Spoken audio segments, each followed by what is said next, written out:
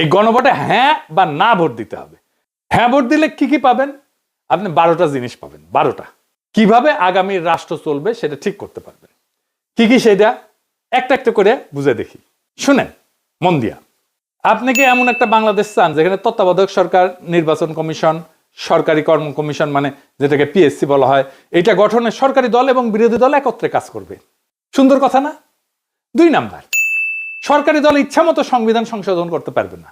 সুন্দর না কথাটা?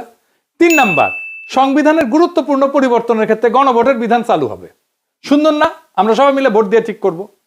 4 নাম্বার, বিরোধী দল থেকে ডেপুটি স্পিকার এবং গুরুত্বপূর্ণ সংসদীয় কমিটি সমূহের সভাপতি নির্বাচিত হবেন বিরোধী দল থেকে। সুন্দর না? যত মেয়াদী হোক কেউ সর্বোচ্চ 10 বছরের বেশি প্রধানমন্ত্রী থাকতে পারবে না।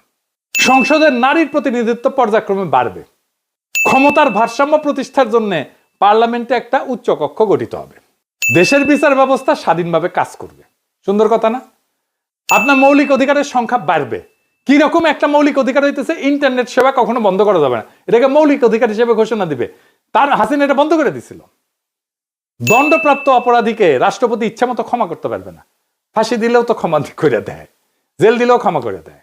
রাষ্ট্রপতি এবং প্রধানমন্ত্রী ক্ষমতার মধ্যে ভারসাম্য থাকবে। রাষ্ট্রভাষা বাংলার মর্যাদার পাশাপাশি অন্যান্য জাতিগোষ্ঠীর ভাষাও সাংবিধানিকভাবে স্বীকৃতি হবে।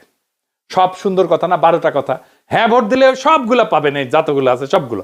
না ভোট দিলে কিছুই পাবেন। কিন্তু বিএনপি কি